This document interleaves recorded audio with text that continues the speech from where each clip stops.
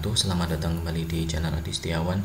Kali ini kita akan mereview salah satu Linux populer, yaitu Manjaro Linux. Dan ini adalah Manjaro Linux yang versi GNOME.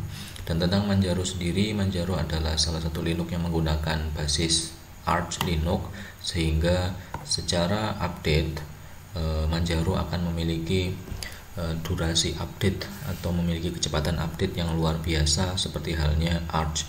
Dan Manjaro ini biasa menjadi pilihan bagi kalangan pengguna Linux yang mungkin merasa bosan dengan keluarga Debian atau keluarga Red Hat dan ingin inovasi yang baru.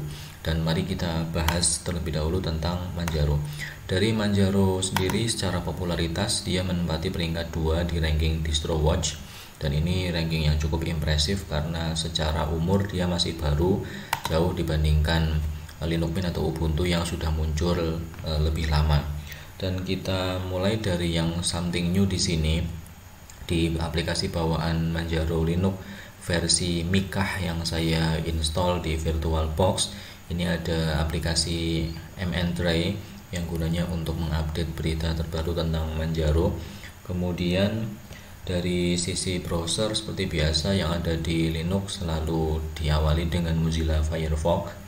Lalu ada LibreOffice, dan ini perlu saya sampaikan bahwa jika Anda menjalankan Manjaro Linux dengan mode Live USB atau Live CD, Anda tidak akan menemukan keberadaan Office Suite, karena Office Suite ini akan muncul pada saat Anda menginstalnya ke hard disk. Dan ada 3 pilihan yang bisa Anda pilih, yaitu tanpa Office Suite sama sekali, kemudian memilih LibreOffice, atau yang satunya Free Office.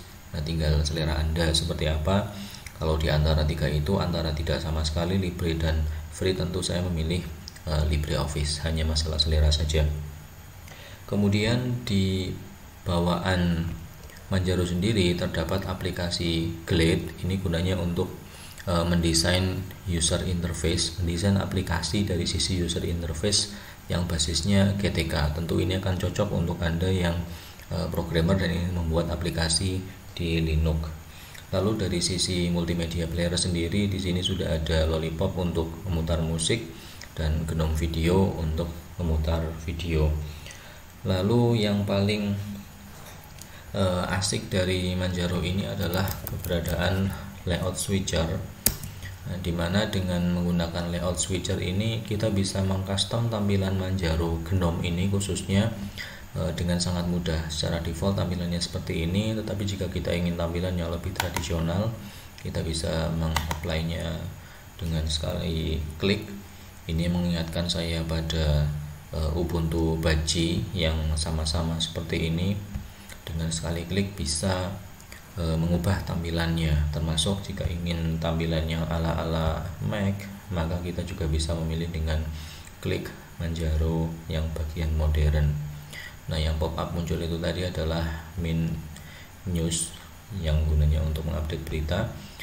Nah, seperti ini layout switchernya, meskipun ada sedikit concern di sini untuk yang bagian GNOME kenapa tidak ada gambar previewnya.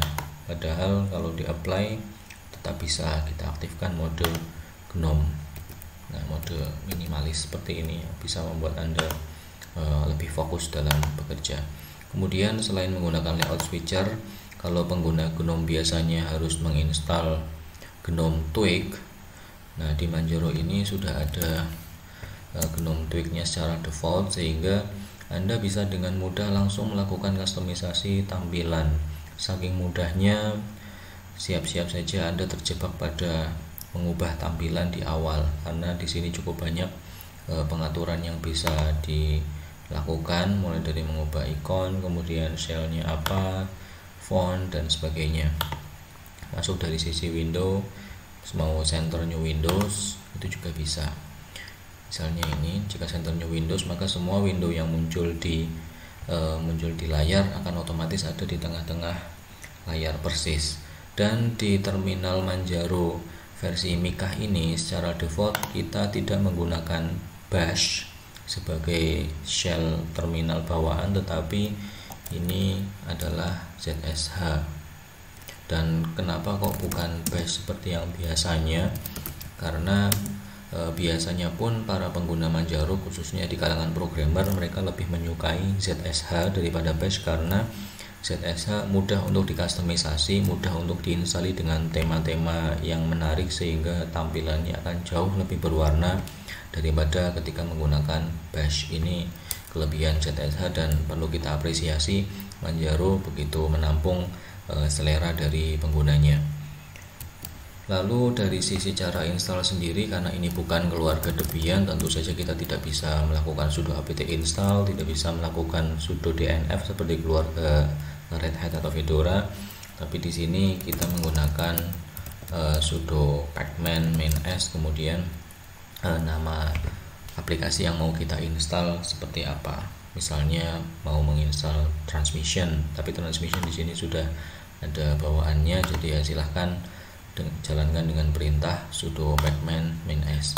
Dari sisi efisiensi memori sendiri, Manjaro ini ketika saya berikan slot 1,7 GB RAM untuk versi GNOME, yang mana reputasi GNOME itu cukup berat dibandingkan dengan XFCE, kita bisa melihatnya di sistem monitor. Nah, ternyata hanya dengan membuka satu aplikasi saja, yaitu setting, ini RAM yang digunakan sekitar 1,1 GB atau 66%. Ya sebenarnya cukup ideal kalau misalnya Anda menggunakan laptop yang RAM-nya 2 GB ke atas. Untuk prosesor sendiri saya kira dual core tidak ada masalah, yang penting RAM-nya saja dicukupkan. Itu untuk Manjaro GNOME, dimana selain Manjaro GNOME ada beberapa versi Manjaro yang lain seperti KDE, XFCE, kemudian ada juga Manjaro yang versi komunitas, dimana salah satunya ada Cinnamon. Kemudian saya juga pernah menginstal Manjaro yang versi Deepin menggunakan Deepin Desktop Environment, dan semuanya punya reputasi stabil. Hanya saja kenapa kemudian saya beralih dari Manjaro, karena saking mudahnya untuk dikustomisasi, ternyata saya malah lebih fokus untuk mengcustom tampilannya agar mirip Mac atau agar mirip Windows 10, ya seperti itulah tipikal pengguna Linux awal-awal. Baik, seperti itu saja review singkat saya tentang Manjaro. Apakah Manjaro ini recommended? Ya, sangat recommended untuk Anda yang ingin tampil beda, atau Anda yang baru menggunakan Linux di awal dan langsung ingin menjajal sesuatu yang beda, sesuatu yang powerful, sesuatu yang up to date. Maka Manjaro ini saya rekomendasikan. Pilih dengan tampilan yang mana, KDE, GNOME atau XFCE, silakan pilih berdasarkan selera Anda saja dan sesuaikan dengan hardware yang Anda miliki. Sisi positifnya seperti itu, ini sangat recommended, dan sisi negatif sedikit saja yang saya soroti. Di sini untuk ikon ada satu yang hilang, atau memang dari sananya tidak ada, dari versi sebelum yang Mikah ini, yaitu versi Juhraya. Saya juga pernah menemukan masalah seperti ini, kenapa kok tidak ada ikonnya. Kemudian yang tadi di bagian layout switcher, kalau di versi Juhraya dulu saya ingatnya di sini tidak ada masalah preview atau gambar untuk menunjukkan perbedaan dengan layout yang lain seperti apa. Well, hanya itu saja masalah minor yang tentu saja tidak bisa dijadikan alasan untuk menolak kenapa kok kita tidak pakai Manjaro. Jadi tetap saya merekomendasikan Manjaro bagi Anda yang ingin tampil beda. Baik, begitu saja review singkat dari saya tentang Manjaro Linux versi Mikah. Terima kasih atas perhatiannya. Sampai bertemu lagi di video berikutnya. Assalamualaikum warahmatullahi wabarakatuh.